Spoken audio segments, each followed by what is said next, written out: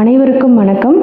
இன்றைக்கி நம்ம 8ஆம் வகுப்பு தமிழ் இயல் 2 தான் பார்க்க போகிறோம். ஓகேங்களா? ஸோ இதுக்கு முன்னாடி நம்ம 6th 7th ஃபுல்லாக கம்ப்ளீட் பண்ணியாச்சு. எல்லா டேர்ம்ஸும் ஃபுல்லாக கம்ப்ளீட் பண்ணிட்டோம். ஸோ இப்போது இயல் 2 ஸ்டார்ட் பண்ணலாம். ஈடில்லா இயற்கை அப்படிங்கிற தலைப்பில் தான் நம்ம இன்றைக்கி இயல் 2 ஃபுல்லாகவே பார்க்க போகிறோம். கற்றல் நோக்கங்கள்: பாடலை ஓசை நயத்துடன் படித்து சுவைத்தல், நாட்டுப்புற பாடல்கள் வழி மக்களின் உணர்வுகளை அறிதல், பழங்குடியினர் இயற்கையை போற்றும் உணர்வை அறிந்து பின்பற்றுதல், மொழிபெயர்ப்பு படைப்புகளின் மூலம் நல் உணர்வுகளை உணர்ந்து மதித்தல், வினைமுற்று சொற்களின் வகைகளை அறிந்து பயன்படுத்துதல். அடுத்ததா ஒரு கவிதை, அதாவது பாடல் தான் பார்க்க போகிறோம். ஓடை அப்படிங்கிற தலைப்பில். மனித வாழ்வு இயற்கையோடு இயைந்தது. கவின்மிகு காலை பொழுதும் மயக்கும் மாலை பொழுதும் பிறை நிலவும் ஓடும் ஓடையும் பாயும் ஆறும் கத்தும் கடலும் நம் மனத்தை மயக்க வல்லவை. அவ்வாறு மனத்திற்கு இன்பமூட்டும் கவிதை ஒன்றை கற்போம் வாருங்கள். ஸோ ஓடை அப்படிங்கிற தலைப்பில் இந்த பாடல் கொடுத்துருக்காங்க. ஓடை ஆட உள்ளம் தூண்டுதே, கல்லில் உருண்டு தவழ்ந்து நெளிந்து பாயும் ஓடை ஆட பாட இந்த ஓடை எந்த பண்ணி சென்று பயின்றதோடி, ஏடு போதோ இதன் கவிக்கார் ஈடு செய்ய போரோரடி, ஓடை ஆட நன்செய் புன்செய்க்கு உணவை ஊட்டி நாட்டு மக்கள் வறுமை ஒட்டி கொஞ்சி குலவி கரையை வாட்டி குளிர்ந்த புள்ளிக்கு இன்பம் கூட்டி, ஓடை ஆட நெஞ்சில் ஈரம் இல்லார் நாண நீளுழைப்பை கொடையை காட்டி செஞ்சொல் மாதர் வள்ளைப்பாட்டின் சீருக்கு ஏற்ப முழவை மீட்டும் ஓடை ஆட. வாணிதாசன் அவர்கள் எழுதிய பாடல்.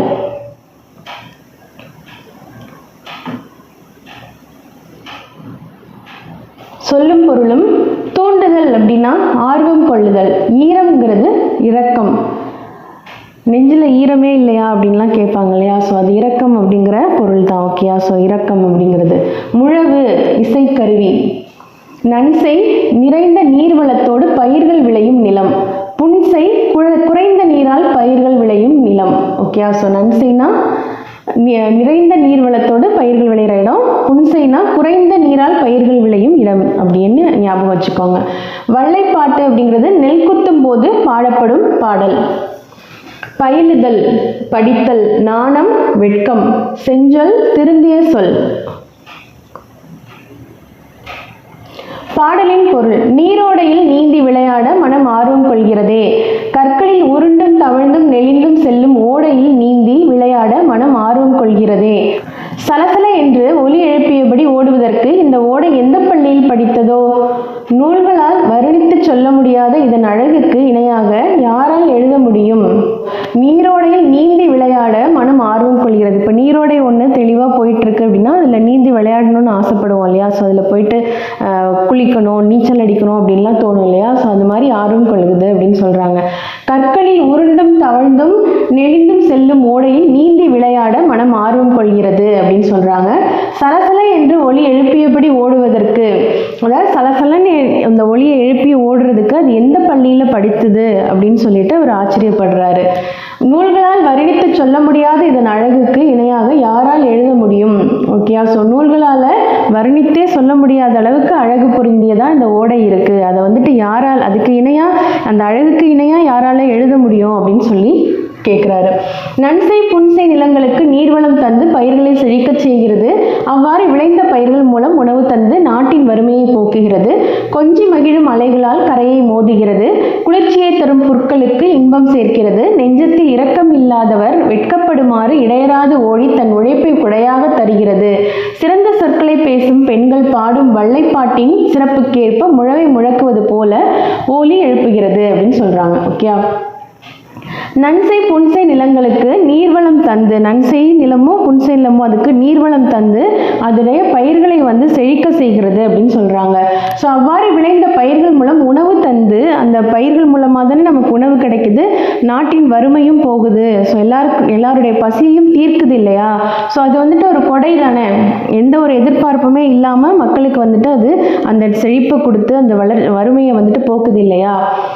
ஸோ கொஞ்சி மகிழும் அலைகளால் கரையை மோதுகிறது. அந்த கரையை கொஞ்சி மகிழும் அலைகளால் மோதுகிறது அப்படின்னு சொல்றாங்க.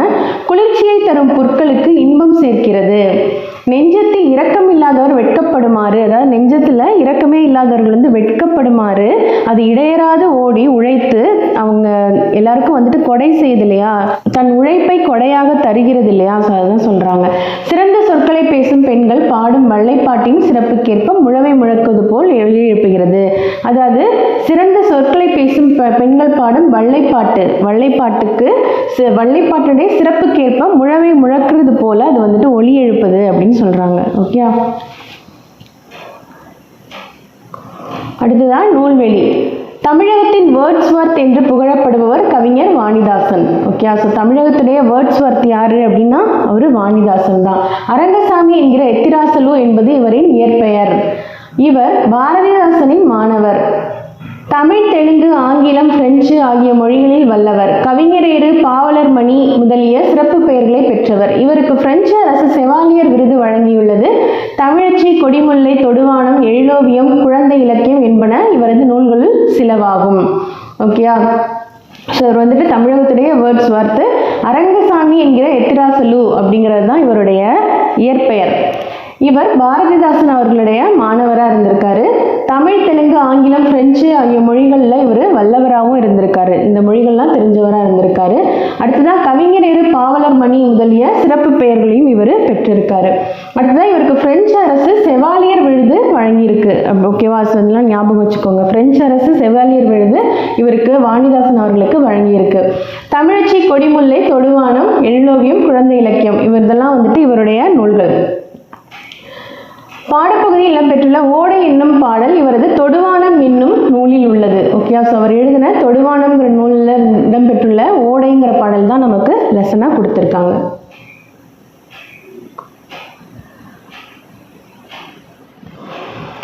ஓகே, பள்ளிக்கு சென்று கல்வி டேஷ் சிறப்பு, கல்வி பயிலுதல் சிறப்பு.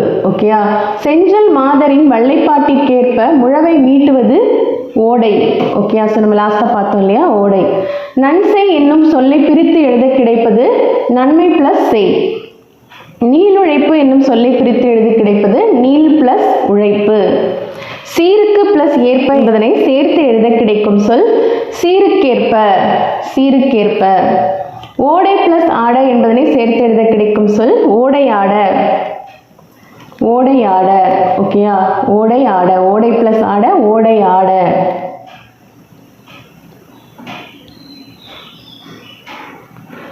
அடுத்ததான் கோணக்காத்து பாட்டு. ஓகே, ஸோ இதுவும் ஒரு பாடல் தான்.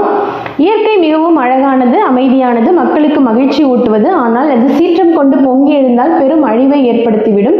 தமிழ்நாடு அடிக்கடி புயலால் தாக்கப்படும் பகுதியாகும். முன்பு ஒருமுறை தமிழ்நாடு புயலால் தாக்குண்ட போது நாட்டுப்புற பாடல் வடிவில் பாடப்பட்ட பாடல்களை அறிவோம் அப்படின்னு சொல்றாங்க. ஓகே, ஸோ இப்போ கூட நம்ம புயலால் பெஞ்சல் புயலால் நம்ம தமிழ்நாடு வந்துட்டு ரொம்பவே பாதிக்கப்பட்டது இல்லையா. ஸோ அதே மாதிரி அந்த காலத்துலேயும் பாதிக்கப்பட்டிருக்கோம், புயலால் பாதிக்கப்பட்டிருக்கோம் இல்லையா. ஸோ அதுக்கான ஒரு பாடல் தான் இப்போ நம்ம பார்க்க போகிறோம். உருமங்கட்டிய முகிலால் கோணக்காத்து உழன்று உழன்று மெத்த அடித்ததனால் பெரிதான வீடுகள் எல்லாம் கோப்புடனே பிரிந்தும் கூரைத்தட்டு சரிந்ததெங்கே. சிங்காரமை வாங்கல் நகரில் வைத்திருந்த தென்னம்பிள்ளை அத்தனையும் பின்னமாச்சுதே. மங்காத காங்கைய நாட்டில் மேட்டுக்காட்டில் மாளாத பருத்தி எல்லாம் கோலாக போச்சுதே. ஆரங்கள் வைத்த சுவரெல்லாம் மெத்தை வீடு அடியோடே விழுந்ததங்கே. கெடிகலங்கி தாரங்களும் பிள்ளைகளுடன் கூட்டிக் கொண்டு தானடைந்து வேகமுடன் கூக்குவென்றார். வாகுடனே தொண்டைவான் சீமை தன்னிலே வளர்ந்தோங்கும் மாநகரம் தன்னிலேதான் சேகரமாய் வைத்த மரங்கள் அத்தனையும் சின்ன பின்னமாய் ஒடிந்து பின்னமாச்சுதே. சம்பிரமுடன் கப்பல்கள் எல்லாம் கடலிலே தானடைந்து வேகமுடன் வரும்போதிலே கொம்பு சுத்தி கோணக்காத்து காலனை போல் கோணமழை வந்து கப்பல் தான் கவிழ்ந்ததே. ஆற்காடு மைசூர் வரைக்கும் கோணக்காத்து அலறி அலறி மெத்த அடித்ததனால் மார்க்கமான சாலையில் போன சனங்கள் எல்லாம் மயங்கி மயங்கி மெத்த தவித்தார்களே. தெத்துக்காடு காளப்ப நாயக்கன் பட்டியிலே செத்திறந்த ஆடு மாடு மெத்த உண்டாம். சித்தர்கள் பூண்டி வாழும் கொல்லிமலை சேர்ந்திருந்த நாடெல்லாம் காத்தடிச்சுதே. இப்படிக்கு சேதங்களானால் குமரேசா எப்படி பிழைத்து நாங்கள் ஒப்பிதமாவோம். மெய்ப்புடன் வேலாயுதம் கொண்டு வருகின்ற விக்கின மேலெல்லாம் தீர்த்து காத்திடீரையா. ஸோ கோணக்காத்து அப்படிங்கிறது புயல் இல்லையா, புயல் வீசுது இல்லையா. ஸோ அதுதான் கோணக்காத்து அப்படின்னு சொல்கிறாங்க. ஸோ இந்த பாடலை எழுதினவர் வந்துட்டு வெங்கம்பூர் சாமிநாதன் அவர்கள். சொல்லும் பொருளும் முகில் மேகம் கெடிகலங்கி கலங்கி மிக வருந்தி, சம்பிரமுடன் முறையாக, சேகரம் கூட்டம், விண்ணம் சேதம், வாகு சரியாக, காலன் யமன், மெட்ட மிகவும். காங்கேய நாடு கொங்கு மண்டலத்தின் 24 நாடுகளில் ஒன்று.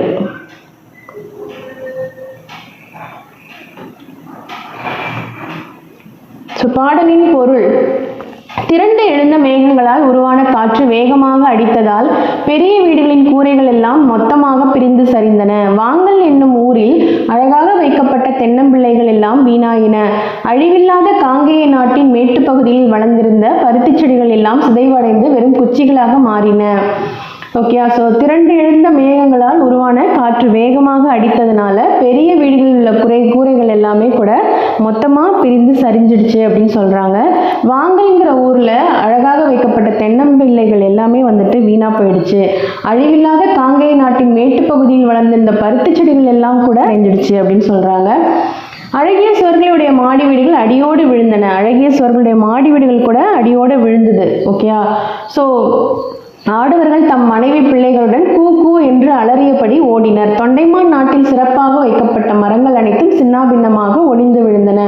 கடலில் விரைந்து வந்த கப்பல் யமனைப் போல வந்த பெருமழையினாலும் சுழல் காற்றினாலும் கவிழ்ந்தது. ஓகே, ஸோ இந்த மாதிரியான விஷயங்கள்லாம் நம்மளும் அனுபவிச்சிருக்கோம் இல்லையா? ஸோ இந்த தமிழ்நாட்டில் ஏதாவது புயல் வந்தது அப்படின்னா வெள்ளம் வர்றது, மரம் விழுறது, மாடி வீடு இடிஞ்சு அப்படியே ஒரே வீடு அப்படியே விழுந்து தரைமட்டமாகிறது. ஸோ அதெல்லாமே தான் பாடலில் இவர் குறிப்பிட்டிருக்காரு. ஆற்காடு முதல் மைசூர் வரை வீசிய புயலால் சாலைகளில் சென்ற மக்கள் தடுமாறி தவித்தனர். தெத்துக்காடு, காலப்பநாயக்கன்பட்டி ஆகிய பகுதியில் ஏராளமான ஆடு மாடுகள் இறந்தன. சித்தர்கள் வாழும் கொல்லிமலையை சுற்றியுள்ள பகுதிகளிலும் புயல் அடித்தது. முருகப்பெருமானே, இத்தகைய அழிவுகளை நாங்கள் எவ்வாறு தாங்குவோம்? எங்களுக்கு வருகின்ற இடர்களை எல்லாம் தடுத்து எங்களை காப்பாயாக. ஓகேயா, ஸோ ஆற்காடு முதல் மைசூர் வரை வீசிய புயலால் சாலைகளில் சென்ற மக்கள் கூட தடுமாறி தவிக்கிறாங்க. அடுத்ததான் தெத்துக்காடு, காலப்பநாயக்கன்பட்டி ஆகிய பகுதிகளில் ஏராளமான ஆடு மாடுகள் வந்துட்டு இறந்து போயிடுச்சு. சித்தர்கள் வாழும் கொல்லிமலையை சுற்றியுள்ள பகுதிகளிலும் புயல் அடிச்சுது அப்படின்னு சொல்கிறாங்க. ஓகே, ஸோ இது முருகப்பெருமான் கிட்ட இந்த மாதிரி அழிவுகளை வந்துட்டு கொடுத்தீங்கன்னா நான் எங்களை எப்படி தாங்கிறது? எங்களுக்கு வருகின்ற இடர்களை எல்லாம் தடுத்து எங்களை காப்பாயாக அப்படின்னு சொல்லிட்டு முருகப்பெருமான் கிட்ட வேண்டுதல் வைக்கிறாரு. அடுத்ததா நூல்வெளி. நாட்டில் பெரும் பஞ்சம் ஏற்பட்ட காலங்களில் மக்கள் பட்ட துயரங்களை அக்காலத்தில் வாழ்ந்த புலவர்கள் கும்மி பாடல்களாக பாடினர்.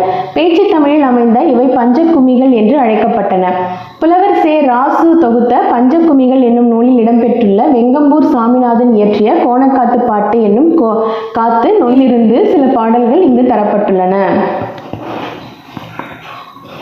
ஸோ நாட்டில் பெரும் பஞ்சம் ஏற்படுற காலங்களில் வந்து மக்கள் பட்ட துயரங்களை அக்காலத்தில் வாழ்ந்த புலவர்கள் வந்துட்டு கும்மி பாடலாக பாடியிருக்கிறாங்க. ஓகேயா, ஸோ பேச்சு தமிழ் அமைந்தவை பஞ்ச கும்மிகள் என்று அழைக்கப்படுது. ஓகேயா, ஸோ இந்த அக்காலத்தில் வாழ்ந்த மக்கள் பட்ட துயரங்கள் அதெல்லாம் வந்துட்டு பெரும் பஞ்சம் ஏற்பட்ட காலங்கள், இது மாதிரி புயல் வீசிய காலங்கள், வெள்ளம் வந்த காலங்கள்லாம் வந்துட்டு பாடிய பாடல்கள்லாம் வந்துட்டு கும்மி பாடல்களாக வந்துட்டு பாடியிருப்பாங்க இல்லையா? ஸோ அதெல்லாம் வந்துட்டு என்னன்னு சொல்கிறாங்க, இந்த மாதிரி பேச்சு தமிழில் அமைந்த பாடல்களை வந்துட்டு பஞ்ச கும்மிகள் அப்படின்னு சொல்கிறாங்க. பாட்டை இயற்றியவர் வந்துட்டு வெங்கம்பூர் சாமிநாதன். இதை எதில் யார் வந்து தொகுத்தவர்? புலவர் சே. ராசுங்கிற அவர் வந்துட்டு தொகுத்திருக்காரு. இதில் பஞ்ச கும்மிகள்ங்கிற பாடல்களை தொகுத்திருக்காரு.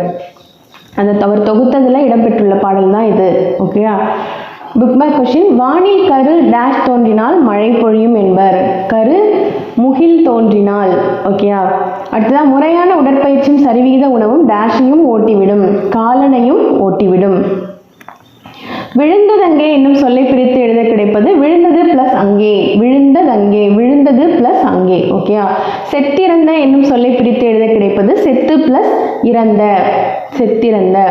பருத்தி பிளஸ் எல்லாம் என்பதனை சேர்த்து எழுத கிடைக்கும் சொல் பருத்தி எல்லாம். ஓகேயா, பருத்தி எல்லாம். அடுத்ததான் உரைநடை. நிலம் பொது அப்படிங்கிற தலைப்பில் ஒரு பாடம் கொடுத்துருக்காங்க.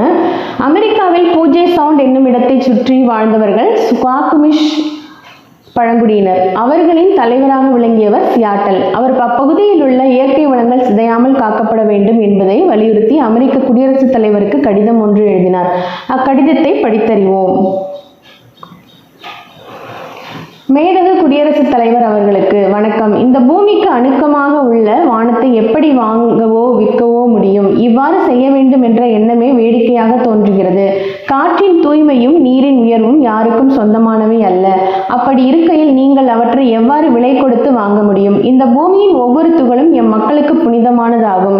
கூடவே மின்னும் ஒளியுடைய ஒவ்வொரு ஊசியிலையும் எல்லா கடற்கரைகளும் கருமரங்களில் தவழும் பனித்துளிகளும் இன்னிசை எழுப்பித் திரியும் பூச்சி வகைகளும் எம் மக்களின் நினைவிலும் வாழ்விலும் மிகவும் புனிதமானவை. பாலூரும் மரத்திலிருந்து ஒழுகும் திரவம் கூட செவ்விந்தியர்களின் நினைவுகளை சுமந்து நிற்கின்றது. ஓகேயா? ஸோ இவர் தான் வந்துட்டு சியாட்டல். ஓகேயா? ஸோ அமெரிக்காவில் இருக்கிற ஸ்குவாக்குமிஷ் பழங்குடியினர் இருக்காங்க இல்லையா, ஸோ அவர்களுடைய தலைவர். ஓகேயா? ஸோ ஒரு தலைவராக விளங்கியவர் தான் சியாட்டல் அப்படிங்கிறவர். அவர் வந்துட்டு குடியரசுத் தலைவர், அமெரிக்காவுடைய குடியரசுத் தலைவருக்கு ஒரு கடிதம் எழுதுறாரு. ஓகே, அங்கே இருக்கிற ஊசியிலையும் கடற்கரைகளும் பனித்துளிகளும் பூச்சி வகைகள் எல்லாமே வந்துட்டு அவங்களுக்கு வந்துட்டு புனிதமானவை அப்படின்னு சொல்றாங்க. எமது மக்கள் இந்த பூமியை எப்பொழுதும் மறப்பதே இல்லை, ஏனெனில் இதுவே எமக்கு தாயாகும். நாங்கள் இந்த மண்ணுக்கு உரியவர்கள், இந்த மண்ணும் எமக்குரியதாகும். இங்குள்ள நறுமணம் மிகுந்த மலர்கள் யாவும் எமது சகோதரிகள். மான்கள், குதிரைகள், கழுகுகள் போன்ற அனைத்தும் எமது சகோதரர்கள். மலை முகடுகள், பசும் புல்வெளிகளின் பனித்துளிகள், மட்ட குதிரைகளின் உடல் சூட்டின் இதமான கதகதப்பு போன்றவையும் இங்குள்ள மனிதர்கள் எல்லாமும் ஒரே குடும்பம். இந்த பூமி வந்து எங்களுடைய தாய் அப்படின்னு சொல்றாரு. நாங்கள் வந்து இந்த மண்ணுக்கு உரியவர்கள், இந்த மண்ணும் எமக்குரியது. ஓகே, இந்த மண்ணு நாங்கள் வந்து இந்த மண்ணுக்குரியவர்கள், இந்த மண்ணும் எங்களுக்கு உரியது அப்படின்னு சொல்றாரு. அடுத்ததான் இங்குள்ள நறுமணம் மிகுந்த மலர்கள் வந்துட்டு எங்களுடைய சகோதரிகள். மான்கள், குதிரைகள், கழுகுகள் எல்லாம் வந்துட்டு எங்களது சகோதரர்கள் அப்படின்னு சொல்றாரு. மலை முகடுகள், பசும் புல்வெளிகளின் பனித்துளிகள், மட்ட குதிரைகளின் உடல் சூட்டி இதமான கதகதப்பு போன்றவையும் இங்குள்ள மனிதர்கள் எல்லாரும், நாங்கள் எல்லாருமே வந்துட்டு இது எல்லாமே சேர்ந்து இது எல்லாமே நாங்கள் வந்துட்டு ஒரே குடும்பம் தான் அப்படின்னு சொல்றாரு. வாஷிங்டனின் பெருந்தலைவர் எங்கள் நிலங்களை வாங்க விருப்பம் தெரிவித்து சொல்லி அனுப்பிய போது நாங்கள் மனநீருடன் வாழ எங்களுக்கென்று தனியிடம் ஒதுக்கி தருவதாகவும் கூறியிருக்கிறார். எனவே அவர் எங்களுக்கு தந்தையாகவும் நாங்கள் அவருக்கு பிள்ளைகளாகவும் ஆகின்றோம். எனினும் இந்நிலமானது எங்களுக்கு மிகவும் புனிதமானது என்பதால் இதற்கு சம்மதிப்பது என்பது மிகவும் இயலாத ஒன்றாகும். இந்நிலையில் எங்களுடைய நிலத்தை வாங்கும் உங்கள் திட்டத்தை பற்றி சிந்திப்போம். வாஷிங்டன்ல இருக்கிற ஒரு பெருந்தலைவர் எங்களுடைய நிலத்தை வாங்கிட்டு நாங்கள் வாழ்றதுக்கு வேற ஒரு இடத்தை கொடுக்கறதா சொல்லியிருக்காரு. இந்த மாதிரி அவர் சொன்னது அவருக்கு வந்துட்டு அவர் வந்து எங்களுக்கு தந்தையாகவும் ஆயிட்டாரு, நாங்கள் அவருக்கு பிள்ளையாகவும் ஆயிட்டோம் அப்படின்னு சொல்றாரு. ஸோ இது ஆனால் இதுக்கு சம்மதிக்கிறதுங்கிறது வந்து எங்களால் இயலாத ஒரு விஷயம் அப்படின்னு சொல்லியிருக்காரு. ஓகேவா? ஸோ இந்நிலையில் எங்களுடைய நிலத்தை வாங்கும் உங்கள் திட்டத்தை பற்றி சிந்திக்கலாம் அப்படின்னு சொல்றாரு. பிரதிபலிக்கும் நினைவு எச்சங்கள் எம் மக்களின் வாழ்வியல் நிகழ்வுகளை நினைவு கூர்பவை. இந்த நீரின் முணுமுணுப்புகள் எம் பாட்டன் மார்பின் பொருள்களே ஆகும். இந்த ஆறுகள் யாவும் எம் உடன் பிறந்தவர்கள், இவர்கள் தாம் எமது தாகத்தை தீர்க்கிறார்கள்.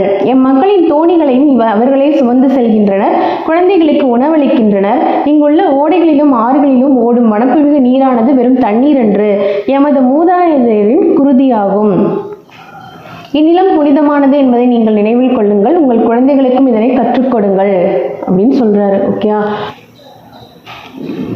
எமது வாழ்வு முறையின் சிறப்புகள் உங்களுக்கு தெரியாது என்பது எங்களுக்கு தெரியும். ஒரு குறிப்பிட்ட நிலப்பகுதியும் அதற்கடுத்துள்ள நிலப்பகுதியும் உங்களுக்கு ஒன்றுதான். நீங்கள் அயலவர்கள், இந்நிலத்திலிருந்து தேவையானவற்றை எடுத்துச் செல்லவே நீங்கள் இங்கு வருகிறீர்கள். ஓகே, ஸோ எங்களுடைய வாழ்முறை என்னங்கிறது உங்களுக்கு தெரியாது அப்படின்னு சொல்றாரு. ஸோ உங்களுக்கு தெரியாதுங்கிறது எங்களுக்கு தெரியும். ஒரு குறிப்பிட்ட நிலப்பகுதி அடுத்துள்ள இன்னொரு நிலப்பகுதி அப்படின்னு மட்டும்தான் உங்களுக்கு தெரியும். ஸோ இங்கே இருக்கிற வளத்தையெல்லாம் நீங்கள் எடுத்துட்டு போகிறதுக்கு தான் வரீங்க, நீங்கள் வந்து அயலவர்கள் அப்படின்னு சொல்றாரு. இம்மூமியானது உங்களின் உடன் பிறந்தார் அன்று பகைவரே. இதனை வென்று வையகப்படுத்திய பின் நீங்கள் வேறு இடத்திற்கு நகர்ந்து விடுவீர்கள். நீங்கள் உங்கள் தந்தையர்களின் இடுகாடுகளை கூட மறந்துவிட்டு வெகு தூரம் சென்று விடுவீர்கள்.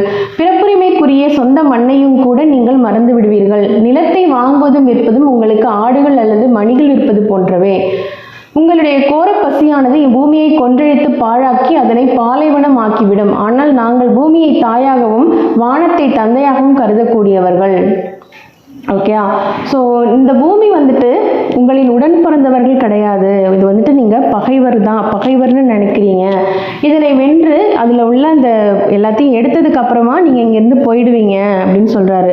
அப்படின்னு அதோட உங்கள் தந்தையார்களை வந்துட்டு இடுகாடுகள் இருக்கும் இல்லையா, ஸோ அவங்களை புதைச்ச இடம் இருக்கும் இல்லையா, ஸோ அதை கூட நீங்கள் மறந்துட்டு நீங்கள் வேற இடம் போயிடுவீங்க அப்படின்னு சொல்கிறாரு. உங்களுடைய பிறப்புரிமை சொந்த மண்ணை கூட நீங்கள் மறந்து போகிறதுக்கு வாய்ப்பு இருக்குது அப்படின்றாரு. ஸோ நிலத்தை வாங்குவதும் விற்பதும் வந்துட்டு, நிலத்தை வாங்குறதும் விற்கிறதும் வந்துட்டு ஆடுகள் மாடுகள் விற்கிற மாதிரி, மணிகள் விற்கிற மாதிரி தான் அப்படின்ற மாதிரி தான் நீங்கள் நினைக்கிறீங்க. உங்களுடைய கோர பசி வந்துட்டு இந்த நிலத்தை பாழாக்கி எல்லா வளங்களையும் எடுத்ததுக்கப்புறம் தீர்ந்து போயிடும் அப்படின்னு சொல்கிறாரு. அதோட அந்த இடம் வந்துட்டு எப்படி பாலைவனமாக ஆகிடும் அப்படின்றாரு. ஓகே, ஸோ எல்லாத்தையும் பாழாக்கினதுக்கப்புறமா அது பாலைவனமாக தானே ஆகிடும், அதில் எந்த வளமுமே இருக்காது இல்லையா? ஆனால் நாங்கள் பூமியை வந்துட்டு தாயாகவும் வானத்தை தந்தையாகவும் நினைக்கிறோம், நாங்கள் வந்துட்டு கருதிட்டு இருக்கிறோம் அப்படின்னு சொல்றாரு. எங்களுடைய வாழ்வு முறை உங்களுடைய முறையிலிருந்து எந்த அளவு மாறுபட்டது என்பது எமக்கு துல்லியமாக தெரியாது. உங்களுடைய நகரங்களின் காட்சிகள் எல்லாம் எமது செவ்விந்தியர்களின் கண்களை உறுத்துகின்றன. ஸோ எங்களுடைய வாழ்முறை உங்களுடைய முறையிலிருந்து எந்த அளவு மாறுபட்டது என்பது எமக்கு துல்லியமாக தெரியாது. உங்களுடைய நகரங்களின் காட்சிகள் எல்லாம் வந்துட்டு எங்களை மாதிரி செவ்விந்தியர்களுக்கு வந்துட்டு கண்ணை உறுத்துது அப்படின்னு சொல்றாரு. உங்கள் நகரங்களில் அமைதியான இடம் எதுவும் இல்லை. நீங்கள் வாழும் எந்த ஓர் இடத்திலும் அசைந்தாடும் இலைகளின் ஓசையைகளையோ பூச்சி இனங்களின் நீரீங்காரங்களையோ கேட்க முடிவதில்லை. மாறாக சடசட ஒலிகள் காதை பிளக்கின்றன. மகிழ்வூட்டும் ராக்கூவர் பறவைகளின் ஒலிகளையோ குளத்தை சுற்றி கேட்கும் தவளைகளின் கூச்சல்களையோ கேட்காத வாழ்வென்ன வாழ்வு. நான் ஒரு செவ்விந்தியன் என்பதால் இதனை எவ்வாறு புரிந்து கொள்வதென தெரியவில்லை. ஓகே, ஸோ நாங்கள் இருக்கிற உங்கள் நகரத்தில் வந்துட்டு அமைதியான இடம்னு எதுவும் இல்லை. நீங்கள் வாழ்கிற இடத்துல வந்துட்டு அசைந்தாடும் இலைகளின் ஓசையையோ பூச்சி இனங்களின் ரீங்காரத்தையோ உங்களால் கேட்க முடியாது அப்படின்னு சொல்கிறாரு. ஸோ மாறாக சடசடங்கிற ஒளி தான் வந்துட்டு காதை வந்துட்டு பிளக்குது.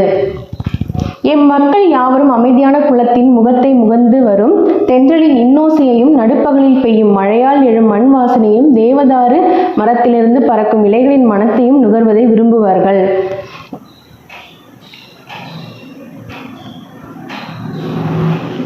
நாங்கள் காற்றை மிகவும் மதித்து போற்றுபவர்கள். விலங்குகள், மரங்கள், மனிதர்கள் உள்ளிட்ட யாவற்றுக்கும் சுவாசித்தல் பொதுவானது.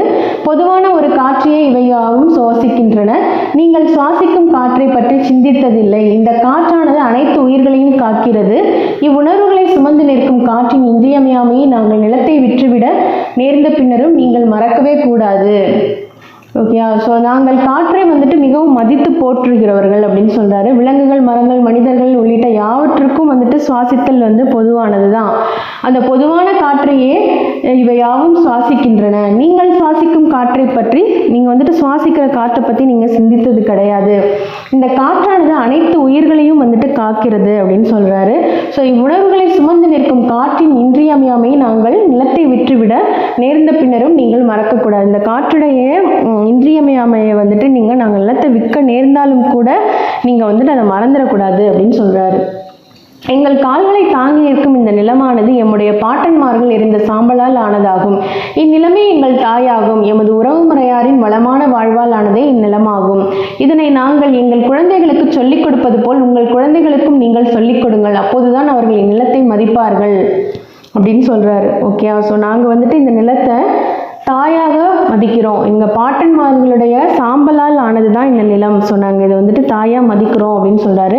நாங்கள் எங்கள் குழந்தைகளுக்கு சொல்லிக் கொடுக்கறது மாதிரியே நீங்களும் உங்கள் குழந்தைகளுக்கு வந்துட்டு சொல்லிக் கொடுங்க. அப்போ தான் அவங்க இந்த நிலத்தை மதிப்பாங்க அப்படின்னு சொல்கிறாரு. இப்பூமியின் மீது எது விழுந்தாலும் அவையெல்லாம் பூமி தாயின் மீது விழுவனவே ஆகும். மேலும் இப்பூமியின் மீது மக்கள் துப்பக்கூடுமானால் அது அவர்கள் தம் தாய் மீது துப்புவதற்கு ஒப்பானதாகும் அப்படின்னு சொல்றாரு.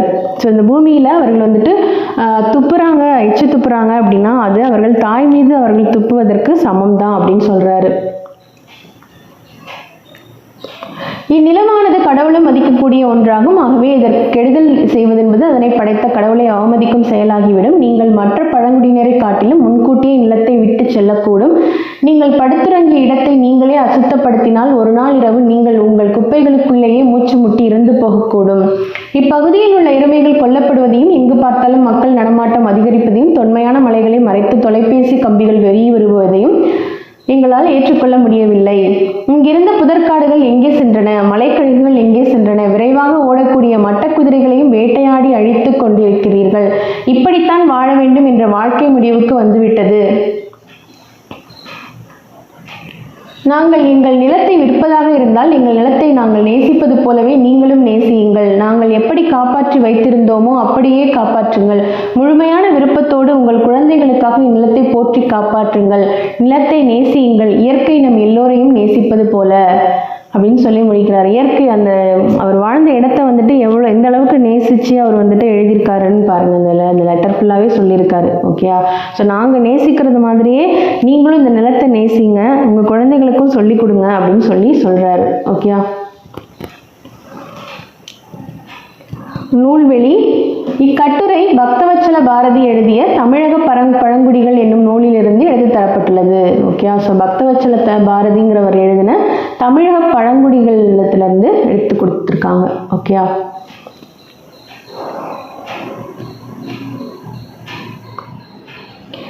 செவ்விந்தியர்கள் நிலத்தை டேஷ் மதிக்கின்றனர். நிலத்தை வந்துட்டு தாயாக மதிக்கிறார்கள். இன்னோசை என்னும் சொல்லை பிரித்து எழுத கிடைப்பது இனிமை பிளஸ் ஓசை. ஓகே, ஸோ பால் பிளஸ் ஊரும் என்பதை சேர்த்து எழுத கிடைக்கும் சொல் பால் ஊரும். Next lesson. ஸோ வெட்டுக்கிளியும் சருகுமானும் அப்படிங்கிறது. ஓகே, ஸோ லாஸ்ட் லெசனும் இதே மாதிரி ஒரு காடை பற்றின சிறப்புகளை சொல்கிற ஒரு லெசன் தான். ஸோ இதுவும் அதே மாதிரி தான். ஜஸ்ட் அந்த நூல்வெளி இதெல்லாம் வந்துட்டு மட்டும் இம்பார்ட்டண்ட்டாக படிச்சுக்கோங்க. ஓகேங்களா? ஸோ அடுத்ததாக இதுவும் வந்துட்டு ஒரு ஸ்டோரி தான். ஓகே, ஸோ நம்ம அதாவது சந்ததிகளுக்கு வந்துட்டு அவங்க அந்த காடு செடிகள் கொடிகள் இதெல்லாம் பற்றி ஞாபகம் இருக்கணும், அவங்க வந்து மறந்துடக்கூடாது, இப்படியெல்லாம் நம்ம வந்துட்டு வாழ்ந்தோம் அப்படிங்கிறதுலாம் ஞாபகம் இருக்கணும் அப்படிங்கிறதுக்காக கதைகளாக சொல்லியிருப்பாங்க இல்லையா? ஸோ அந்த மாதிரியான ஒரு கதை தான் இது. ஸோ தமிழ்நாடு கேரள மாநிலங்களின் எல்லைக்கு அருகேயுள்ள பரம்பிக்குளம் ஆனைமலை போன்ற பகுதியில் காடர்கள் என்னும் பழங்குடியினர் வாழ்ந்து வருகின்றனர். தமது முன்னோர்கள் காடுகளில் எவ்வாறு வாழ்ந்தனர் என்பதை வருங்கால தலைமுறையினர் மறந்துவிடக்கூடாது என்று எண்ணினர். எனவே காடுகள், செடி கொடிகள், விலங்குகள் தொடர்பான கதைகளை தங்கள் பிள்ளைகளுக்கும் பேரன் பேத்திகளுக்கும் சொல்லி வந்தனர். அத்தகைய கதைகளில் ஒன்றை படிப்போம். ஓகே, ஸோ ஜஸ்ட் ஒரு ரீடிங் மட்டும் விடுறேன். ஸோ உங்களுக்கே புரியும் இல்லையா? ஸோ ரீட் பண்ணாலே போதும், உங்களுக்கு புரியும். ஜஸ்ட் ரீடிங் மட்டும் விடுறேன். ஓகே. நடுக்காட்டில் சலசலவென ஓடும் ஓடையுடைய பள்ளத்தாக்கில் பெரிய மரம் ஒன்று விழுந்து கிடந்தது. அதன் மீது மெத்து மெத்தென்று பச்சை பாசி பறந்திருந்தது. பூச்சி புழுக்கள், நத்தைகள் ஆகியன அந்த மரத்தை எப்பொழுதும் மொய்த்து கொண்டிருக்கும். காட்டில் உள்ள அனைத்து விலங்குகளுமே நீரருந்த அந்த ஓடைக்கு வரும். தாகம் தணிந்த பின் சிறு விலங்குகள் பக்கத்தில் உள்ள அடர்ந்த குறிஞ்சி புதரில் ஓய்வெடுத்துக் கொள்ளும். குறிஞ்சி புதரின் தாழ படர்ந்திருந்த கிளையில் பளிச்சென்று பூத்திருந்த நீலப்பூவின் இதழ்களுடைய இடையே பச்சை வெட்டுக்கிளி ஒன்று வசித்து வந்தது. அது ஒரு வாயாடி வெட்டுக்கிளி. எப்போதும் பேசிக்கொண்டே இருப்பதால் அடிக்கடி சிக்கல்களில் மாட்டிக்கொள்ளும். ஒரு மாலை நேரம் கூரன் என்ற பெண் சருகுமானை வெட்டுக்கிளி பார்த்தது. சருகுமான் ஓடையை தாண்டுவதும் குதிப்பதுமாக இருந்தது. சருகுமான் சிறிய பிராணி, ஒரு பெரிய வீட்டு பூனை அளவு இருக்கும். போதாததற்கு கூச்சப்படும் விலங்கு வேறு. எனவே அதை பார்த்து வெட்டுக்கிளி பயப்படவில்லை. கூரன் குறிஞ்சி புதர் அருகில் இளைப்பாற வந்தது. இதுதான் சாக்கு என்று வெட்டுக்கிளி அதனிடம் பேச துவங்கியது. என்ன கூரன், பார்த்து வெகு நாள் ஆயிற்று. இவ்வளவு நாட்கள் எங்கே போயிருந்தாய்? ஏன் இங்கும் அங்கும் வேகமாக ஓடுகிறாய்? காட்டின் அந்த கோடியில் இருந்தேன். இப்பொழுது உன்னிடம் பேச எனக்கு நேரம் இல்லை. பித்தக்கண்ணு என்னை துரத்தி கொண்டு வருகிறது. நான் எங்கேயாவது ஒளிய வேண்டும். எனக்கு சோர்வாக வேறு இருக்கிறது. பல மணி நேரமாக ஓடி களைத்து போய்விட்டேன். வெட்டுக்கிளி கொஞ்ச நேரம் அமைதியாக இருந்தது. அதற்கு பித்தக்கண்ணுவை தெரியும். பெரிய மஞ்சள் கண்களுடைய சிறுத்தை தான் அது. மிகச்சிறந்த வேட்டை விலங்கு. விழுந்து கிடந்த மரத்தை பார்த்ததும் அதன் அடியில் கூரன் ஒளிந்து கொண்டது. தலையை மட்டும் தூக்கி வெட்டுக்கிளியை எச்சரித்தது. வெட்டுக்கிளியே, நீ வளவள என்று பேசக்கூடிய ஆள். பித்தக்கண்ணு உன்னிடம் என்னை பற்றி கேட்டால் வாயை திறந்து எதையும் சொல்லிவிடாதே. அது என்னை பார்த்துவிட்டால் பிடித்து ஒரே வாயில் விழுங்கிவிடும். வெட்டுக்கிளி தலையை ஆட்டி உறுதிமொழி அளித்துவிட்டு கண்ணை மூடிக்கொண்டது. அதற்குள் கூரனை தேடிக்கொண்டு பித்தக்கண்ணு ஓடை பக்கம் வந்து சேர்ந்தது. சத்தமில்லாமல் அடிமேல் அடி வைத்து ஓடையில் ஆங்காங்கு இருந்த பாறைகளின் மீது ஏறி மோப்பம் பிடித்து கொண்டே நடந்தது. குறிஞ்சி புதரின் தாழ கிடந்த கிளையின் மீது உட்கார்ந்திருந்த வெட்டுக்கிளி அதன் கண்ணில் பட்டதும் அதை பார்த்து உருமியது. கூரன் இங்கு வந்தாளா? அவள் எங்கு சென்றாள் என்று தெரியுமா? வெட்டுக்கிளிக்கு உற்சாகம் தலைக்கு ஏறியது. பித்தக்கண்ணுவை இவ்வளவு பக்கத்தில் பார்ப்பது இதுதான் முதல் முறை. அது கேட்ட கேள்விக்கு பதில் சொல்ல வாயை திறந்த பொழுது கூரனுக்கு அளித்திருந்த வாக்குறுதி நினைவுக்கு வந்தது. எனவே உடனே வாயை மூடிக்கொண்டது. ஆனால் பித்தக்கண்ணுவை பார்த்தால் ஏற்பட்ட பரவசத்தை அடக்க இயலாமல் தன்னை அறியாமல் கூரன் ஒளிந்திருந்த இடத்தரையே குதித்து குதித்து சென்றது. அறிவாளியான பித்தக்கண்ணுவுக்கு வெட்டுக்கிளியின் குதியாட்டத்திற்கான பொருள் புரியாமலா போகும்? உடனே அது கூரன் பதுங்கி கிடந்த மரத்தடி பக்கம் சென்று மோப்பமிட்டது. நல்ல வேளையாக முதல் நாள் இரவு தான் அந்த மரத்தடியில் புனுகு பூனை ஒன்று தங்கியிருந்தது. அது நான் தங்கிய இடம்தான். அப்படி நாருமே. எனவே பித்தக்கண்ணு என்னதான் மோப்பம் பிடித்தாலும் கூரனின் உடல் வாழை அது மூக்குக்கு எட்டவில்லை. மாறாக புனுகு பூனையின் துர்நாற்றமே எட்டியது. கொஞ்ச நேரம் பித்தக்கண்ணு அந்த இடத்தையே சுற்றி சுற்றி வந்து மோப்பம் பிடித்து பார்த்தது. ஆனால் எதுவும் தட்டுப்படாததால் உருவிக்கொண்டே அந்த இடத்தை விட்டு கிளம்பி வேறு பக்கம் சென்றது. பரம்பிக்குளம் ஆனைமலை பகுதியில் காடர்கள் வசிக்கும் சிற்றூர்கள் பல உள்ளன. காடர்கள் மிகச்சிறிய பழங்குடி சமுதாயத்தினர். தாங்கள் பேசும் மொழியை ஆள் அளப்பு என்று அழைக்கின்றனர். அவர்களின் வாழ்க்கை முறை பற்றிய எழுத்து குறிப்புகள் ஏதும் அவர்களிடம் இல்லை. ஓகே, ஸோ காடர்கள் வந்துட்டு தாங்கள் பேசும் மொழியை வந்துட்டு ஆள் அளப்பு அப்படின்னு சொல்றாங்க அப்படின்னு சொல்றாங்க. ஸோ இது இம்பார்ட்டன்ட், இது வந்துட்டு படிச்சுக்கோங்க. ஒளிந்திருந்த இடத்திலிருந்து கூரன் வெளியே வந்து தன் மறைவிடத்தை ஏறக்குறைய காட்டி கொடுத்ததற்காக வெட்டுக்கிளியின் மீது அதற்கு கோபமான கோபம் அதற்கு ஒரு பாடம் கற்பித்தாக வேண்டும் என்று எண்ணியது. இனி எந்த சூழ்நிலையிலும் அது வாக்குறுதியை மீறக்கூடாது என்பதற்காக வெட்டுக்கிளியை மிரட்டிவிட்டு போனால் என்ன என்று தோன்றியது. முட்டாள், பித்தக்கண்ணு முன் அப்படி குதியாட்டம் போடாவிட்டால் என்ன? நான் இன்று செத்து பிழைத்திருக்கிறேன். அது என்னை தன் பெரிய வாய்க்குள் திணித்து கொள்ளாமல் போய்விட்டது. அதிசயம்தான் என்று கத்தியது. இனி இப்படி செய்தால் திரும்பி வந்து உன்னை என் தங்க கால்களால் மிதித்து நசுக்கிடுவேன். இப்படி சொல்லிக்கொண்டே தனது சிறிய கூர்மையான பாதங்களை மண்ணின் மீது அழுத்தி எகிரி குதித்தது. அதனுடைய இந்த செயலால் குறிஞ்சி புதர் அப்படியும் இப்படியும் ஆடியது. அந்த வேகத்தில் தாழ கிடந்த கிளையில் இந்த வெட்டுக்கிளி கீழே விழப்போனது. அதன் மீது கோபப்பார்வையை வீசிவிட்டு கூரன் காட்டுக்குள் ஓடியது. அன்றிலிருந்து கூரனின் கூர்பாதங்கள் எங்கே தன் மீது பட்டுவிடுமோ என்ற அச்சத்திலேயே வெட்டுக்கிளி வாழ்ந்து வருகிறது. இதனால் தான் இன்றும் கூட வெட்டுக்கிளிகள் ஓரிடத்தில் நிலைத்து இருக்க முடியாமல் குதித்த வண்ணம் உள்ளன. ஆனாலும் அவை எந்த குறிப்பிட்ட திசையை நோக்கியும் குதிப்பதில்லை. நூல்வெளி. மணிஷ் சாண்டி, மாதிரி ரமேஷ் ஆகியோர் காடர்களின் கதைகள் சிலவற்றை தொகுத்துள்ளனர். அவற்றை யானையோடு பேசுதல் என்னும் தலைப்பில் கீதா தமிழாக்கம் செய்துள்ளார். அந்நூலில் இருந்து ஒரு கதை இங்கு தரப்பட்டுள்ளது. ஓகே, ஸோ யானையோடு பேசுதல்ன்ற தலைப்பில் கீதா அவர்கள் வந்து தமிழாக்கம் செஞ்சுருக்காங்க. அதாவது மணிஷ் சாண்டி, மாதிரி ரமேஷ் அவர்களுடைய காடர்களின் கதைகள் அப்படிங்கிறத தொகுத்திருக்காங்க இல்லையா? ஸோ அதை இவங்க வந்துட்டு தமிழாக்கம் செஞ்சுருக்கிறதா சொல்லியிருக்காங்க. ஸோ லாஸ்ட்டாக பார்த்த 2 லெசனும் ஒரு சின்ன விஷயம், ஜஸ்ட்டு ஒரு ரீடிங் மட்டும் விட்டுக்கோங்க. ஓகேங்களா? ஸோ ரொம்ப இம்பார்ட்டன்ட் அப்படின்னு கிடையாது. அந்த ஆள் அளப்பு அப்படின்னு சொல்லி பார்த்தோம் இல்லையா? காடர்களின் மொழி அவர்களுக்கு வந்துட்டு ஆள் அளப்புன்னு பார்த்தோம்ல. ஸோ அது இம்பார்ட்டண்ட்டாக பார்த்துக்கோங்க. நூல்வெளி வந்துட்டு இம்பார்ட்டண்ட்டாக பார்த்துக்கோங்க. ஸோ இப்படி ஏதாவது ஒரு ட்விஸ்டட் கொஷின் ஏதாவது ஒரு லைன்ஸ் கொடுத்து கேட்கறதுக்கான வாய்ப்புகள் இருக்குது. ஸோ அடுத்ததான் வினைமுற்று. லாஸ்ட் இதுலேயே நான் கேட்டிருந்தேன், இலக்கணம் வந்துட்டு இப்படியே கண்டினியூ பண்ணிக்கலாமா அப்படின்னு சொல்லி கேட்டிருந்தேன். ஸோ அதுக்கு ரிப்ளை பண்ணுங்கள். இல்லை இதே மாதிரி நான் வந்துட்டு ஒவ்வொரு லெசன் முடிஞ்சதுமே அந்தந்த இலக்கணத்தை வந்து நான் கம்ப்ளீட் பண்ணிடுறேன். ஓகேங்களா? 6th 7th உங்களுக்கு செப்பரேட்டாக வீடியோவாக போட்டுடுறேன். ஸோ இதுக்கப்புறம் 8th உங்களுக்கு கண்டினியூஸாக நான் வந்துட்டு இலக்கணம் வந்துட்டு கம்ப்ளீட் பண்ணிடுறேன். ஓகேங்களா? ஸோ படித்தான், ஆடுகின்றால், பறந்தது, சென்ற, கண்டு ஆகியவை செயலை அடிப்படையாக கொண்ட சொற்கள் ஆகும். செயலை வினை என்றும் குறிப்பர். இவ்வாறு ஒன்றன் செயலை குறிக்கும் சொல் வினைச்சொல் எனப்படும். ஸோ வினைமுற்று அப்படிங்கிறது என்னன்னா, மலர்விழி எழுதினால், கண்ணன் பாடுகிறான், மாடு மேயும். இத்தொடர்களில் எழுதினால், பாடுகிறான், மேயும் ஆகிய சொற்களை கவனியுங்கள். இச்சொற்களில் பொருள் முழுமை பெற்று விளங்குகிறது. இவ்வாறு பொருள் முற்று பெற்ற வினைச்சொற்களை முற்றுவினை அல்லது வினைமுற்று என்பர். வினைமுற்று 5 பால் 3 காலம் 3 இடம் ஆகிய இணைத்திலும் வரும் அப்படின்னு சொல்றாங்க. வினைமுற்று தெரிநிலை வினைமுற்று, குறிப்பு வினைமுற்று அப்படின்னு சொல்லிட்டு 2 வகைப்படுது அப்படின்றாங்க. ஸோ வினைமுற்று அப்படிங்கிறதுனா எழுதினால் அவ்வளோதான். கண்ணன் பாடுகிறான், மாடு மேயும் அப்படின்னு முடிஞ்சிருச்சு இல்லையா?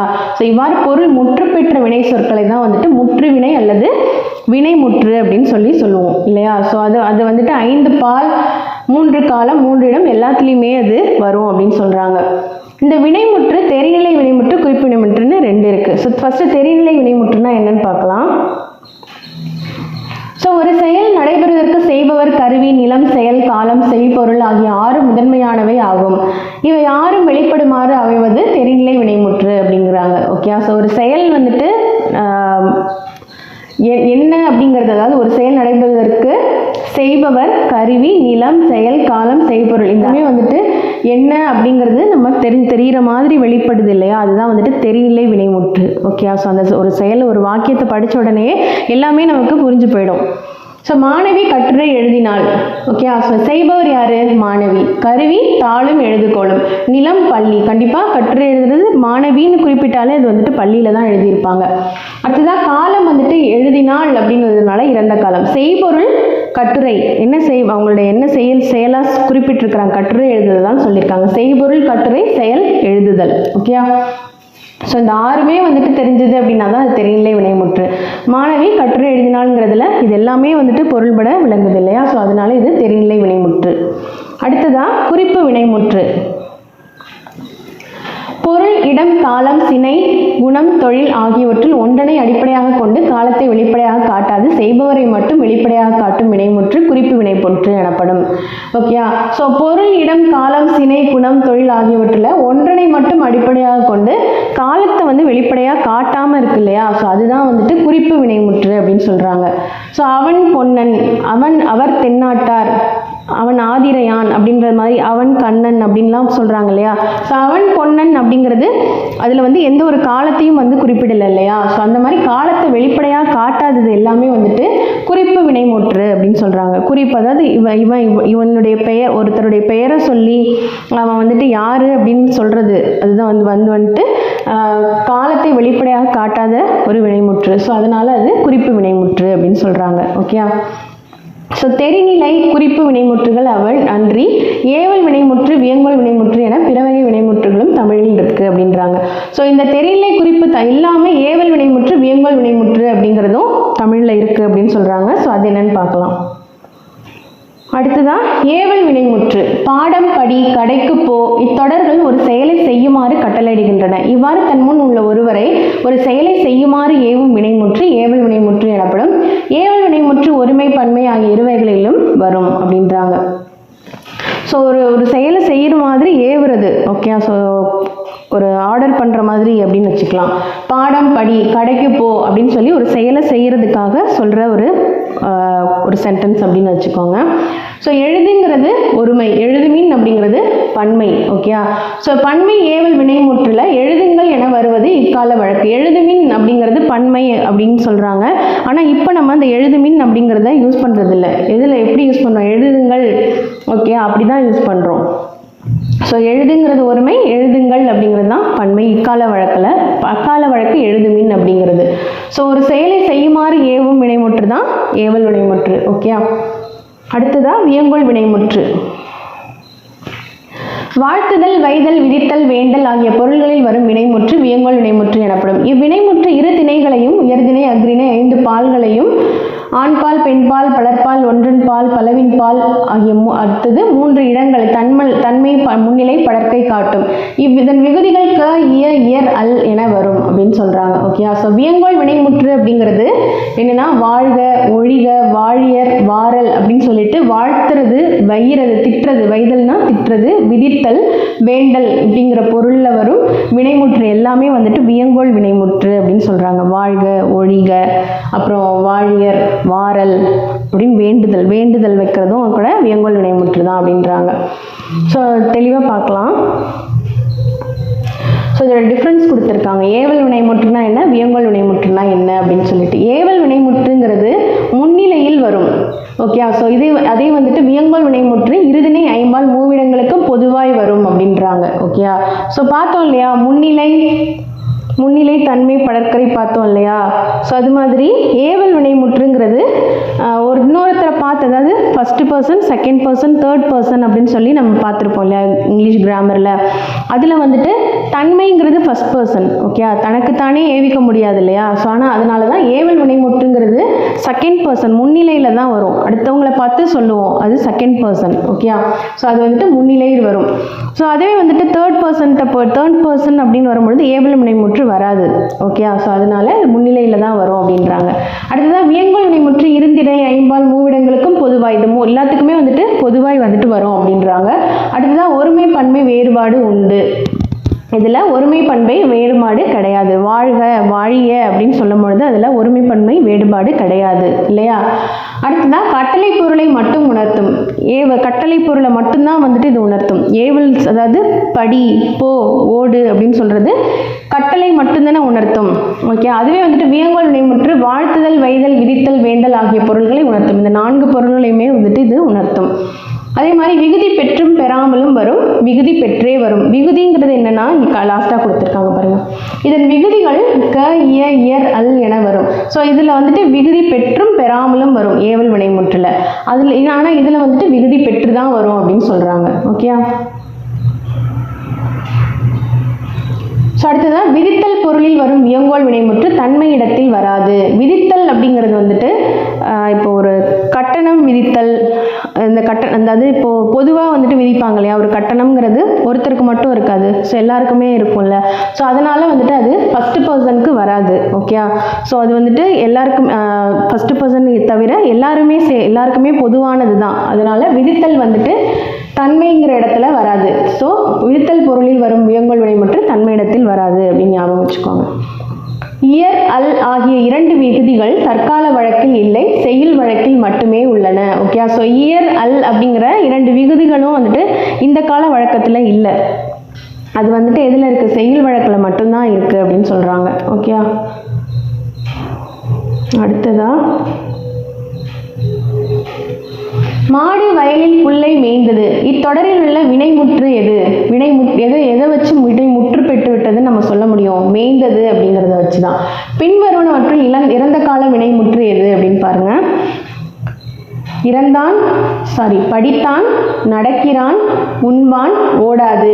ஓகே, நடக்கிறான்ங்கிறது நடந்துட்டு இருக்கான், உண்பான்ங்கிறது இனிமேதான் சாப்பிட போறான், ஓடாது அது ஓடாது அப்படின்னு சொல்றது. இது அடுத்தது. அதனால இது படித்தான் அப்படிங்கிறது தான் இறந்த கால வினைமுற்று. ஓகேவா?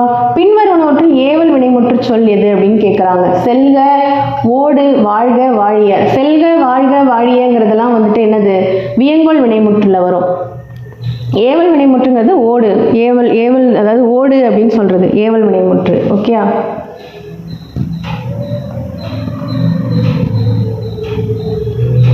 ஸோ இதில் இந்த நம்பர்ஸ் கொடுத்துருக்காங்க. ஓகேங்களா? ஸோ பாருங்கள், விடுபட்ட கட்டங்களை நிரப்புகன்னு கொடுத்துருக்காங்க பாருங்களேன். ஸோ 1, 2, 3க்குனா அதோட தமிழ் எண்கள் என்ன அப்படின்றது கொடுத்துருக்காங்க. ஸோ நீங்கள் அதை ப்ராக்டிஸ் பண்ணி பாருங்கள். ஓகேங்களா? ஸோ இதே வந்துட்டு இந்த 12, 11, 12 கொடுத்துருக்காங்க.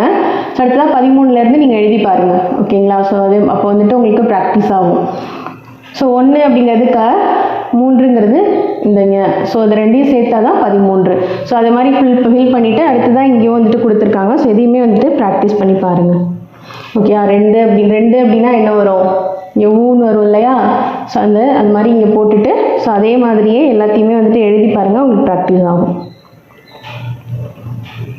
அடுத்ததான் தொடர் வகைகள். தொடர் பொருள் அடிப்படையில் 4 வகைப்படும். செய்தி தொடர் ஒரு செய்தியை தெளிவாக கூறும் தொடர் செய்தி தொடர் ஆகும். கரிகாலன் கல்லணையை கட்டினான். ஓகேயா? ஸோ இது வந்துட்டு ஒரு செய்தி. கரிகாலன் கல்லணையை கட்டினாங்கிறது நமக்கு ஒரு செய்தி.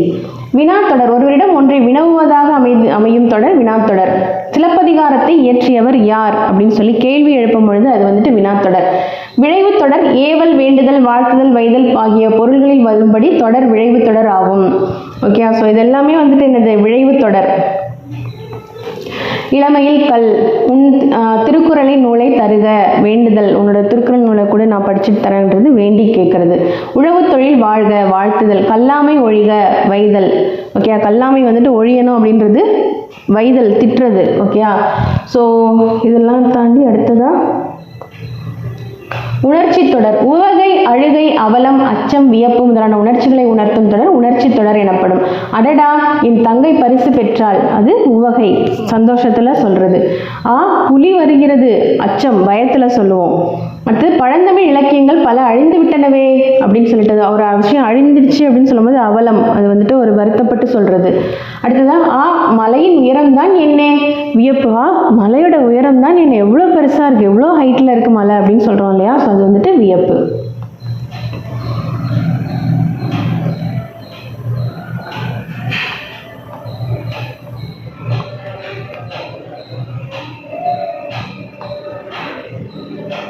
ஸோ அதே மாதிரி இங்கே வினைமுற்று உரிய வேர் சொல்லை எழுதுக அப்படின்னு கேட்டிருக்காங்க இல்லையா? ஸோ நடக்கிறது அப்படின்றது நட, போனான் போ அப்படிங்கிறது. அடுத்ததாக சென்றன செல், உறங்கினாள் உறங்கு, வாழிய வாழ் அப்படின்றதெல்லாம் அதோடைய வேர்ச்சொல். ஓகே, ஸோ அதெல்லாம் வந்துட்டு ப்ராக்டிஸ் பண்ணிக்கோங்க. பேசினாள் பேசு, வருக அப்படிங்கிறதுக்கு வா வந்துட்டு வேர்ச்சொல். தருகின்றனர் தா, பயின்றாள் பயில், கேட்டார் கேள் அப்படின்னு சொல்லிட்டு இதெல்லாம் வந்துட்டு இதுக்குரிய வேர்ச்சொல்ல வந்துட்டு என்னன்றது ப்ராக்டிஸ் பண்ணிக்கோங்க. ஓகேங்களா? ஸோ ஏன்னா வேர்ச்சொல்லும் கேட்குறாங்க இல்லையா கொஷின்ஸில்.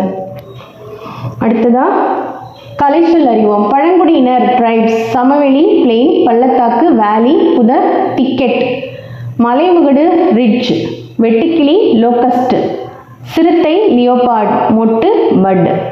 ஓகே, ஸோ இதெல்லாம் நோட் பண்ணி வச்சுக்கோங்க. அடுத்ததான் திருக்குறள். திருக்குறள் நீதி நூல் மட்டுமன்று, அது ஒரு வாழ்வியல் நூல். எக்காலத்திற்கும் எல்லா மக்களுக்கும் பொருந்தும் அறக்கருத்துக்களை கொண்ட நூல். திருக்குறளின் பெருமையை விளக்க திருவள்ளுவ மாலை என்னும் நூல் எழுதப்பட்டிருப்பதே அதற்கு சான்றாகும். இத்தகைய பெருமை கொண்ட திருக்குறளை பயில்வோம்.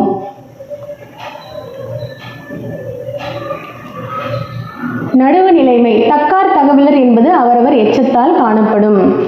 நடுவு நிலைமை உடையவர், நடுவு நிலைமை இல்லாதவர் என்பது அவரவருக்கு பின் எஞ்சி நிற்கும் புகழினாலும் பழியினாலும் அறியப்படும். ஓகேயா, ஸோ ஒருத்தர் வந்துட்டு நடுவு நிலைமை உடையவர், அதாவது நியாயமானவர், ஒரு பக்கம் அதாவது ஒரே பக்கம் சாராதவர். ஓகே, ஒரு பக்கம் சார்ந்து இல்லாதவராக இருக்கிறவர் நடுவு நிலைமை வகிக்கிறது. அதாவது நியாயமான முறையில் இந்த பக்கமும் இல்லாமல் அந்த பக்கமும் இல்லாமல் நியாயமான ஒரு தீர்ப்பு சொல்கிறது. அவரவருக்கு பின். ஓகே, ஸோ ஒருத்தர் இறந்ததுக்கு அப்புறமா தான் அவர் வந்துட்டு எந்த மாதிரியானவர் அப்படின்றத அவருக்கு எஞ்சி நிற்கிற புகழ்னாலையும் பழியினாலையும் நம்ம தெரிஞ்சுக்கலாம். அடுத்ததாக சமன் செய்து சீர்தூக்கும் கோல் போல் அமைந்து ஒரு பால் கோடாமை சான்றோருக்கு அணி. தான் சமமாக இருந்து தன்னிடம் வைக்கப்படும் பொருள்களின் எடையை துலாக்கோல் சரியாக காட்டும். அதுபோல நடுவுநிலைமையுடன் சரியாக செயல்படுவதே சான்றோருக்கு அழகாகும். ஓகே, ஸோ தான் சமமாக, அதாவது ஒரு துலாபாரம் இருக்குன்னு வைங்களேன். ஸோ அதில் வந்துட்டு ரெண்டு சைடும் பொருள் வைக்கிறாங்க அப்படின்னா அது சமமாக, ரெண்டு சைடும் சமமாக இருக்குன்னா அது சரியாக காட்டும். இல்லைன்னா ஒரு பக்கம் ஏற்றம் இறக்கமாக காட்டும் இல்லையா. ஸோ அது மாதிரி நடுவு நிலைமையுடன் சரியாக செயல்படுறது தான் வந்துட்டு சான்றோருக்கு வந்துட்டு அழகு அப்படின்னு சொல்கிறாங்க. ரெண்டு பக்கமும் சமமாக இருக்கிறது தான் வந்துட்டு சான்றோருக்கு அழகு அப்படின்னு சொல்கிறாங்க. இது வந்துட்டு உவமையணி. ஓகே, ஒரு துலாபாரத்துக்கு ஏதாவது வந்து நடுவுநிலைமையை வந்துட்டு ஒரு துலாக்கோளுக்கு உவமையாக வச்சு சொல்கிறாங்க இல்லையா. ஸோ அதுதான், அதனால இது உவமையணி. அடுத்ததான் கூடா ஒழுக்கம். வலியில் நிலைமையான் வல்லுருவம் பெற்றம் புலியின் தோல் போர்த்து மேய்ந்தற்று. மனத்தை அடக்கும் வல்லமை இல்லாதவர் மேற்கொண்ட வலிய தவக்கோலம் புலியின் தோலை போர்த்தி கொண்ட பசு பயிரை மேய்ந்ததை போன்றது. இல் பொருள் உவமையணி. ஓகே, ஸோ மனதை அடக்கும் வல்லமை இல்லாதவர் மேற்கொண்ட வலிய தவக்கோலம், மனசையே அடக்கிக்க முடியாத ஒருத்தர் எப்படி தவம் இருக்க முடியாது இல்லையா. ஸோ அப்படியே அவர் தவம் பூண்டிருக்காரு அப்படின்னு, தவக்கோலம் பூண்டிருக்காரு அப்படின்னா அது வந்துட்டு எப்படி இருக்குமா, புலியின் தோலை போர்த்தி கொண்ட பசு வந்துட்டு பயிரை மேய்ஞ்சது போன்றது. ஓகே, ஸோ புலித்தோலை போத்திட்டு புலி வந்துட்டு புல்லை திங்குமா, திங்காது. ஆனால் பசு திங்கும் இல்லையா. ஸோ ஆனால் புலித்தோலை போத்திக்கிட்டு பசு வந்துட்டு புல்லை மேய்றதுக்கான சமமா அது. ஓகே, ஸோ அதனால இது இல் பொருள் ஓமை அணி அப்படின்றாரு. ஒரு இல்லாத பொருளை இருக்கிறதா காட்டிக்கிறது. ஓகே, ஸோ அதான் வந்துட்டு இல் பொருள் ஓமை அணி. கனி கொடிது யாழ்கோடு செவ்விது ஆங்கு அன்ன வினைபடு பாலால் கொழல். நேராக இருந்தாலும் அம்பு கொடியதாக இருக்கிறது, வளைவுடன் இருப்பினும் யாழின் கொம்பு இனிமையை தருகிறது. அதுபோல மக்களின் பண்புகளை அவரவர் தோற்றத்தால் அல்லாமல் செயல் வகையால் உணர்ந்து கொள்ள வேண்டும். ஸோ நேராக இருந்தாலும், அம்பு ஸ்ட்ரெயிட்டாக இருந்தால் கூட அது வந்துட்டு கொடியது. அதை வந்துட்டு ஒருத்தர் மேலே விட்டோம்னா அது வந்துட்டு அவர்களுடைய உயிரையே பறிக்கும். ஆனால் வளைவோடு இருந்தாலும் அது வந்துட்டு யாழின் கொம்பு வந்துட்டு இனிமையானது. அது வளைஞ்சிருந்தா கூட அது யாழின் கொம்பு வந்து இனிமையானது, இசையை தருகிறது அப்படின்னு சொல்கிறாங்க. அதுபோல் மக்களின் பண்புகளை அவரவர் தோற்றத்தால் அல்லாமல் செயல் வகையால் உணர்ந்து கொள்ள வேண்டும். அது மாதிரி ஒருத்தர் மனிதர்களுடைய தோற்றத்தை வச்சு அவங்க வந்துட்டு கெட்டவங்க நல்லவங்கன்னு சொல்லக்கூடாது.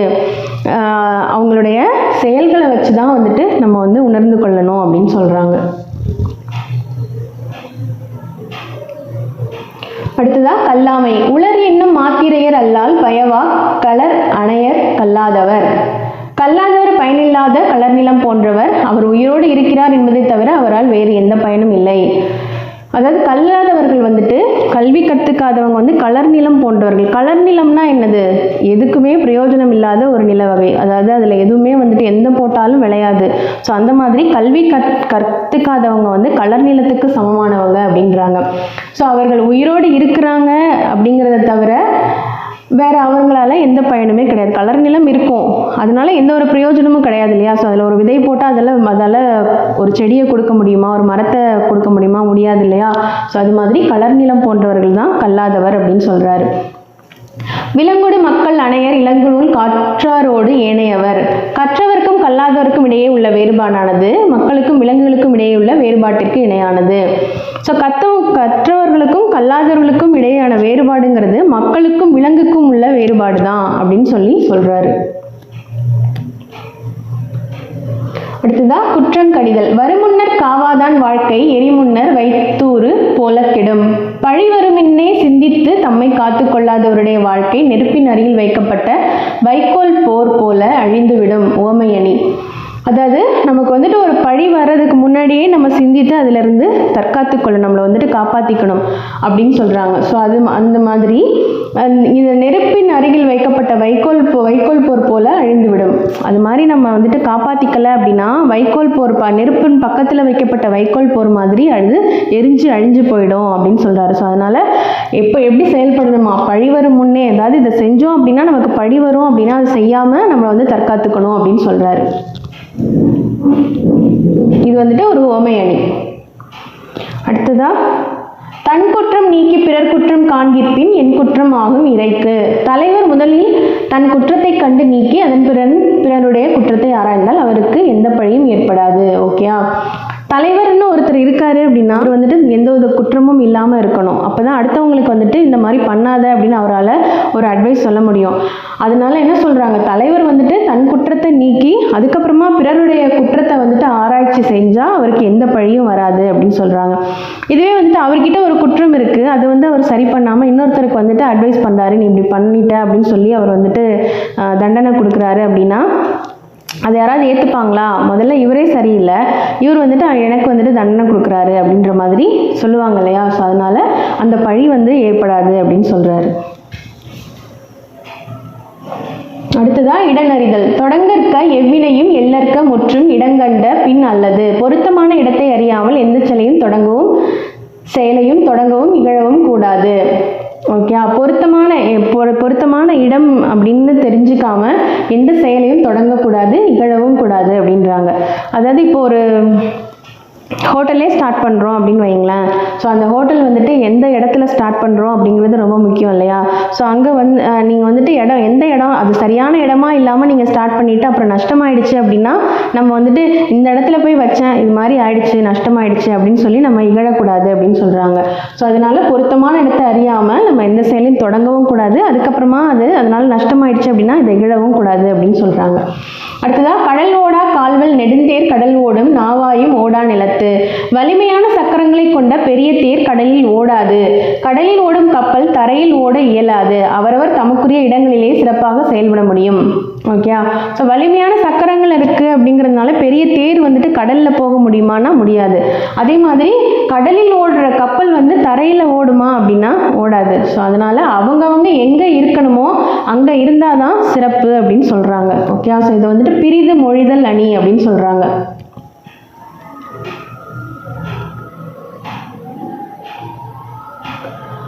அடுத்ததான் நூல்வெளி. பெருநாவலர், முதற்பாவலர், நாயனார் முதலிய பல சிறப்பு பெயர்களால் குறிக்கப்படும் திருவள்ளுவர் 2000 ஆண்டுகளுக்கு முற்பட்டவர் என்பர். திருக்குறள் உலகின் பல்வேறு மொழிகளில் மொழிபெயர்க்கப்பட்ட சிறந்த நூலாகும். இந்நூல் அறம்பொருள் இன்பம் என்னும் முப்பால் பகுப்பு கொண்டது. அறத்துப்பால் பாயிரவியல், இல்லறவியல், துறவியல், ஊழியல் என்னும் 4 இயல்களை கொண்டது. பொருட்பால் அரசியல், அமைச்சியல், ஒழிவியல் என்னும் 3 இயல்களை கொண்டது. இன்பத்துப்பால் களவியல், கற்பியல் என்னும் 2 இயல்களை கொண்டது. ஓகே, ஸோ இதெல்லாம் வந்துட்டு நம்ம ஃபஸ்ட்லேருந்தே பார்த்துட்ருக்கோம், 6th 7thலேருந்தே பார்த்துட்ருக்கோம். ஸோ இதில் புதுசாக என்ன கொடுத்துருக்காங்க அப்படின்னா அறத்துப்பால் வந்துட்டு பாயிரவியல், இல்லறவியல், துறவியல், ஊழியல் அப்படிங்கிற 4 இயல்களை கொண்டது. அதே மாதிரி பொருட்பால் அரசியல், அமைச்சியல், ஒழிவியல் அப்படிங்கிற 3 இயல்களை கொண்டது.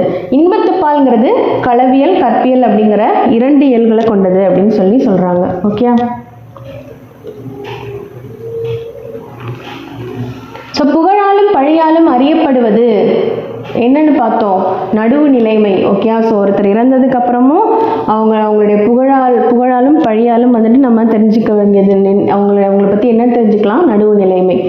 பயனில்லாத கலர்நிலத்திற்கு ஒப்பானவர்கள். ஸோ யார் பயனில்லாத கலர்நிலத்திற்கு ஒப்பானவர்கள்? கல்லாதவர்கள் தான். வல்லுருவம் என்னும் சொல்லை பிரித்து எழுத கிடைப்பது வன்மை பிளஸ் உருவம். ஓகே, வன்மை பிளஸ் உருவம். நெடுமை பிளஸ் தேர் என்பதை சேர்த்து எழுத கிடைக்கும் சொல் நெடுந்தேர். ஓகே, நெடுந்தேர் தான் நெடுமை பிளஸ் தேர். அடுத்ததா வரும் முன்னர் என தொடங்கும் குறளில் பயின்று வந்துள்ள அணி. ஓகே, ஸோ வரும் முன்னர் அப்படிங்கிற குறளில் பயின்று வந்துள்ள அணி வந்துட்டு உவமை அணி. ஓகே, ஸோ செக் பண்ணலாமா? வரும் முன்னர்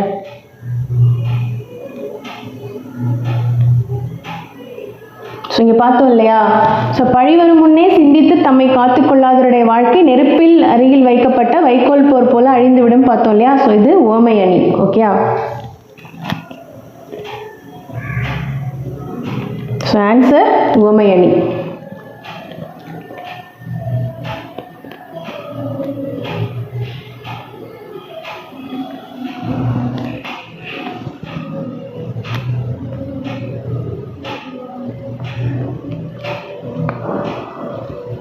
ஓகே, இதோட நமக்கு இயல் 2 கம்ப்ளீட் ஆகுது. ஓகேங்களா? ஸோ ஏதாவது உங்களுக்கு டவுட்ஸ் இருந்தது அப்படின்னா கமெண்ட் பண்ணுங்கள், நான் ரிப்ளை பண்ணுறேன். அடுத்ததான் நம்ம இயல் 3ல் மீண்டும் சந்திக்கலாம். நன்றி, வணக்கம்.